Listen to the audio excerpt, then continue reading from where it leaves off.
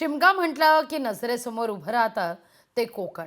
कोकणात शिमगोत्सवाच्या अनेक प्रथा परंपरा आहेत ज्या आजही जोपासल्या जातात. श्रीवर्धनच्या बोरली पंचतन या गावातील शिमगाही असाच आगळा वेगळा.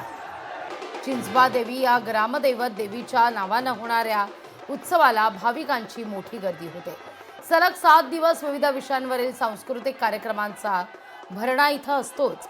शिवाय शिमग्यातील म्हशाचं सोंग हे खास आकर्षणाचं केंद्र. 18 पकड जातींच्या लोकवस्तीतील सर्व कुटुंब एकत्रित येऊन संपूर्ण गावाची एकच होळी पेटवतात. त्यामुळे सामाजिक सख्याचं अलौकिक दर्शन खरं तर या ठिकाणी घडत असतात.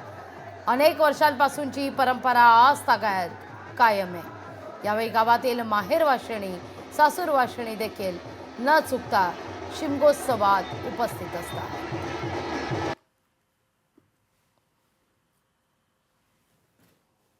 शिमगोत्सवाचा एक विशेष असा आहे की एक गावात एकच होळी या ठिकाणी मोठी लागली जाते. त्यापूर्वी एक छोटे 9 होम लागले जातात आणि होळी दिवशी मोठा होम साजरा केला जातो. दुसऱ्या दिवशी सकाळी पहाटे देवीची पालखी मिरवणूक निघते आणि जवळजवळ सर्वच घरांच्या घरी दर्शनाला जाते देवी. 364 दिवस 65 दिवसापैकी आपण देवीकडे मागायला जात असतो, पण आणि आई दर्शन करण्यासाठी आपल्या घरी येत असते. देवी येते त्या दिवसाच्या आधीपासूनच, होळीच्या आधीपासून देवीची गाणी वगैरे म्हटली जातात महिनाभर आधीपासूनच.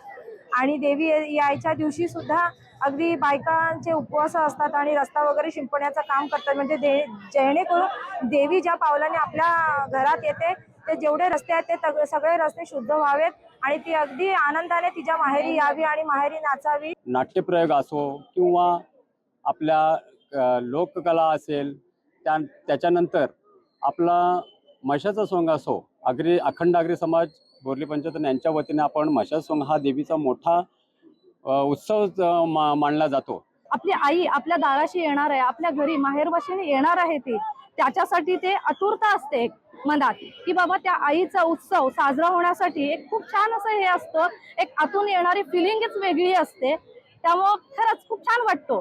देवी सासरवरून माहेरी येते, जशा आम्ही माहेरवाशीने माहेरी येतो. लोकशाही मराठी ऐका, पहा, जागरूक रहा.